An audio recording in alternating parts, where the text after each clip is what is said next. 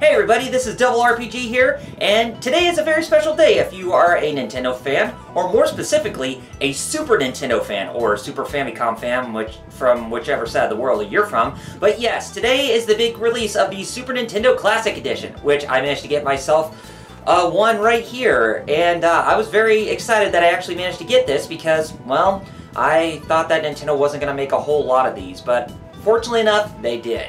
So I managed to get one at my local GameStop, but that wasn't the only thing that I grabbed today, so I also picked up this. It's called Playing with Superpower, and I'm guessing it's a compendium, or whatever you call, like an encyclopedia of all the things related to the Super Nintendo towards its creation and some of the games, but who knows what it is, because I haven't even opened it yet, nor have I opened this yet. So let's not waste any time, and let's do an unboxing of these two, shall we? Alright, we have the Super Nintendo Classic Edition right there to the left, as well as Playing with Superpower Guide on the right. Hopefully I think that the Playing with Superpower book is more than just an encyclopedia. I'm hoping it's also like a player's guide of many of the games, but I could be highly mistaken. But let's not focus on that first, as we're going to focus on this guy right here. So yes, the Super Nintendo Classic Edition has 20 games, including the never-before-released Star Fox 2, which, you know, if you know the backstory, Star Fox 2 was going to come out on the Super Nintendo right around the time when the Nintendo 64 released, but Nintendo ended up canceling it on the system because of the Nintendo 64 already releasing, as well as the game being fully complete. So for whatever reason, because of that, they did not want to release this game on the Super Nintendo when they were already on board with the Nintendo 64. So yeah, we got ourselves the Super Nintendo Classic Edition right here. If you take a look at the packaging, it pretty looks legit as to what you would see from the Super Nintendo, the old days with the packaging. As there's the main system itself, as well as two controllers, which I think this thing comes with two controllers, if I'm not mistaken. But if you look at the sides, it tells you everything about the Super Nintendo console, and even tells you about the Super Nintendo Classic controller. And if you look at the back here, it even gives you the names of the games that are available in this collection. Like we have Super Mario RPG, one of my personal favorites. Another personal favorite of mine, Super Mario World, Contra 3 The Alien Wars, man, that is hard as balls. The Legend of Zelda, A Link to the Past, another big personal favorite of mine. Super Mario Kart, another one of my favorites. Super Mario World 2, Yoshi's Island, another favorite of mine. Star Fox, which you never thought you would actually see Star Fox get re-released in some way, shape, or form, kind of like Super Mario World 2 Yoshi's Island when it comes to its Super Nintendo counterpart. Kirby's Dream Course, which is the golfing minigame that you got on the Super Nintendo. Final Fantasy III, another big surprise right there. Kirby Superstar, one of my personal favorites too. Super Metroid, the granddaddy of them all. Secret of Mana, another one of my personal favorites when it comes to JRPGs. Earthbound, another cult classic favorite. Super Ghouls and Ghosts, oh boy. If you can master Ghouls or Ghosts and Goblins, then you are right up there in terms of top tier gamers. F-Zero, another favorite of a lot of people. Mega Man X, Donkey Kong Country, Super Castlevania 4, Super Punch-Out, Street Fighter 2 Turbo, and of course Star Fox 2. So yes, you got yourself quite a big package of games there. Unfortunately, there are 9 less games than there were on the NES Classic Edition. I was lucky to get an NES Classic Edition this year, but I decided to do an unboxing of this one because, well, the Super Nintendo is my favorite console of all time, and definitely the best product that Nintendo has ever put out. So anyway, let's not waste any time and let's open this up. So as you can see, the sides open up just fine like that. And you know, I was kind of debating on whether or not to do an unboxing of this because when feeling the package, it just feels very legit, you know, just trying to, you know, when you feel how heavy it is. But I digress. Here we have, I think this is supposed to be a guide or a poster of the classics on the Super Nintendo. Yeah, I think it is a poster. So let's open that up, and then this is the warranty and user agreement information if you really care about that stuff. But yeah, this is poster material right there. You know, this is one of those things I think I may have to get a frame for. You know, because like I said, I am a huge fan of the Super Nintendo, and it's really awesome to have something like this. It's kind of like an old throwback to the old what do you call it? The old Nintendo Power magazines where they actually had a poster for every issue that you got. But if you didn't want to frame it, there's also setup instructions, which if you already knew how to set up the system, then you really don't have to worry about that. But yeah, as a poster itself, it's pretty cool. Okay, so let's, enough of that. So let's take a look at the base here of the console. Yeah, this is something that you would expect to see from the Super Nintendo. Very small. It's about the same size as the NES Classic Edition. And of course it's the power button. And this is the reset button in case if you wanted to reset it. You can plug in the I don't know if you can plug the controllers in there, or are they on the set? Oh, actually, wait a minute. I think I know what it is. If they can open up. Oh, yeah, they can open up, but it's hard for me to get my nails in there. Oh. And you can't hit the eject button because that won't do anything. Or do they have buttons? Oh, wait a minute. Of course. Pull that out. You can stick the controllers in that. So, very clever, Nintendo. And of course, we have the the HDMI port back there and the USB port to hook on to the AC adapter. So, pretty cool for a little micro console. But yeah, this is what it looks like. And looks like they did keep up with their promise, because the SNES Classic Edition, it does have two controllers. One right here and another right here. So I guess that's why the SNES Classic Edition ended up being a bit more expensive, because they put in two controllers, whereas the NES Classic Edition only had one. So, neato. And the buttons feel pretty good, and it feels like you're touching an authentic SNES controller all over again, kind of like the NES Classic Edition. So, I like that. And, of course, we got the USB cable for that, and the plug-in adapter for the SNES Classic Edition, and of course we got ourselves the HDMI cable. So yeah, that's all pretty standard and basic stuff, what you would expect from a micro console. But let's go ahead and open this up and see what's inside. Now I'm not going to go through every single page of this thing, because I want to just, you know, give you a brief glimpse of what it's like, and hopefully I can get this opened up, which shouldn't be hard, but it looks like I'm having some trouble. Oh, here we go. Oh man, I was having some trouble. That cellophane was kind of hard to get off. But anyway, playing with Superpower. Let's take a look at what this guide is about.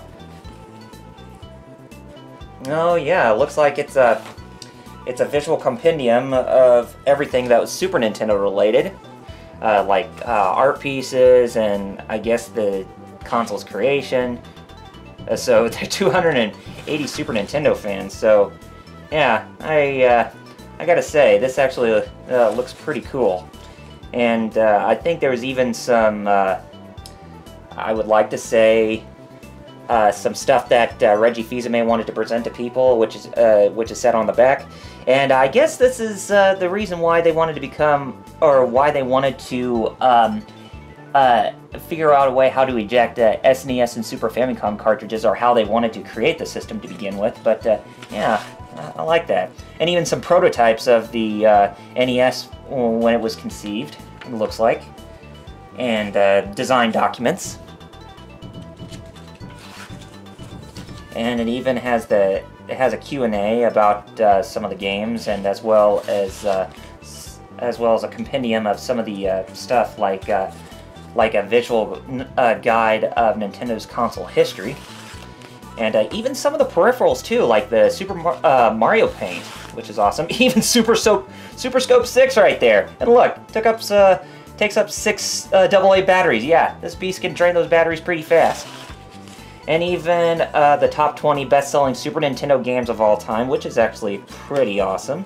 And they even talked about the Satellaview.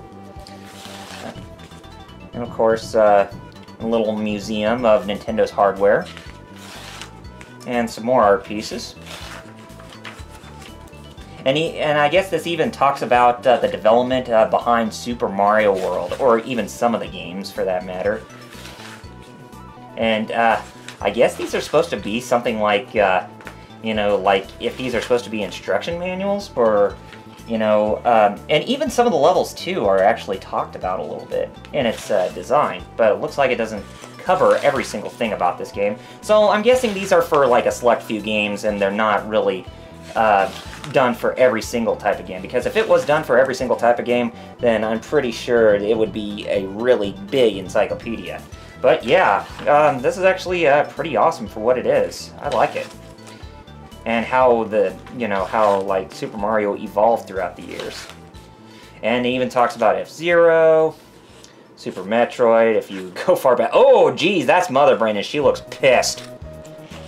Star Fox 2. You know, just a lot of information in this guide. And even the boxers in Punch-Out! So yeah, there's a lot of visual history to be had with this thing. And even has some of the levels in Donkey Kong Country as well.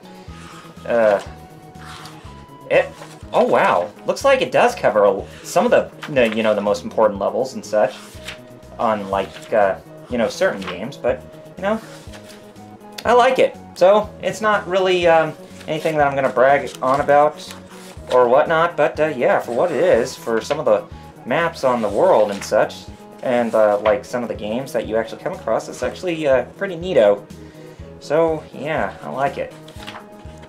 And of course, I think there's a message from Reggie in the back somewhere, so not really gonna brag about that too much. And here's what the back of the thing looks like if you wanted to read it. But yeah, I might have to give this a good glance and read through it, because I really would like to know the history about the creation of the system.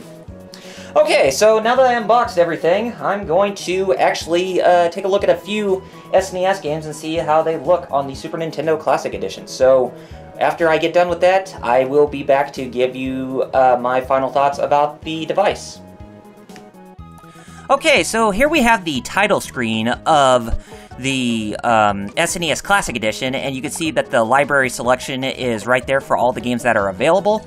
As I said, there are 20 games that are available right at the get-go, but there are 21 in total, which the other one is Star Fox 2, but the thing is you have to play through the first level of the original Star Fox in order to get access to Star Fox 2. So, looking at the home screen right here is very reminiscent of the NES Classic Edition, so nothing new has changed here with a lot of the stuff that you actually see in this collection. So, let's go to our first game, which is going to be Donkey Kong Country. Alright, here we have the first level of Donkey Kong Country, and as you can tell, that the graphics are still pretty good with the pre-rendered backgrounds that Rare used during the old days. But, one of the biggest complaints that I have is that this game wasn't, that this was the only Donkey Kong Country game included in this collection. I would have loved to see at least both Donkey Kong Country 2 and 3 on the same system, but unfortunately, this is what we got. But from looking at the whole thing at face value, it doesn't really look all that bad. I mean, the sound's nice, the graphics are crisp, the gameplay's solid. So, yeah, this actually looks like a pretty good SNES Classic Edition port, or ROM if you want to go by that standard. But anyway, let's move along to something else, shall we? Alright, here we have the introductory stage to Mega Man X. Mega Man X is another one of my favorite franchises. It hasn't really made that much of a comeback since a little over 10 years ago with Mega Man Maverick Hunter X, and that was the last that we ever heard of Mega Man X until we got the piss-poor remake that was available in the iPhone that came out, and of course there was Rockman Crossover, which was also abysmal. But Mega Man X hasn't really made that much of a comeback, and it's really a big shame that Capcom really hasn't done so much to continue on with the series as much as the original Mega Man. But, since Inafune is no longer part of Capcom, I'm not really going to brag about that. But anyway, looking at the game itself from the SNES Classic Edition, it's still about the same. I really do like how the game looks, and it's still bright and colorful, even if the gameplay is in 720p. But for the most part, it still has that classic look and feel to it. So yeah, I'm really surprised how this game looks as an SNES Classic Edition installment. But anyway, let's move on to the last game. Alright, here we have the first level of Super Castlevania 4, and this is the last game that we're going to take a look at in the SNES Classic Edition. And, just like the other games, it looks pretty good for what it is on the SNES Classic Edition, and being in HD, the graphics look very sharp and look very colorful. And you can also play a game like this in either CRT television scans with the scan lines, or you could play it in pixel perfect mode if you wanted to play it in its original resolution. But I'm playing it in 4:3 mode, so this is the actual view of what you see in the gameplay right now. And there's also different options, like you can actually change the borders to make them have a background over the gameplay of what you see. But, you know, I kind of prefer it this way. It just gives that classic feeling if you were to play a HD game or an old-school 16-bit game in HD like this. But, yeah, Super Castlevania 4, it still controls and plays really well, and I really like how the music still manages to stay intact with its quality, and it's still another solid game. I really like how Nintendo has put a lot of effort into these re-releases, even if they are for something like a small micro console like the NES or SNES Classic Edition. So, yeah, for something like this, I am very happy. So, great job. So, let's go on to my final thoughts. So in the end, the SNES Classic Edition is definitely grade A material. I mean, just going back and playing all those games that I relived from my childhood, oh man, it was just so much of a blessing in disguise. And I definitely think it's going to be the hot selling item for this holiday season as much as the Nintendo Switch, for those of you who are into video games. But I'd like to end off the video with this disclaimer towards Nintendo. Now Nintendo, I know you tried to say that you are going to make amends with the mistakes that you made with the NES Classic Edition, with how you did not have a lot of those available when you originally put out that product last year. Now, with the SNES Classic Edition, make sure you go by your word and say that you actually do have a lot, and you actually do have a lot at retailers, because considering what happened last year, yeah, this thing is going to sell like hotcakes during this holiday season, as much as Nintendo Switches. So, definitely go by your word, because if you manage to go by your word, then you're going to see a lot of people singing praise about you, especially with this item and the Nintendo Switch. But in terms of other things, yeah, can't really sing praise that much, but, you know, for the SNES Classic Edition, I give it a solid 10 out of 10.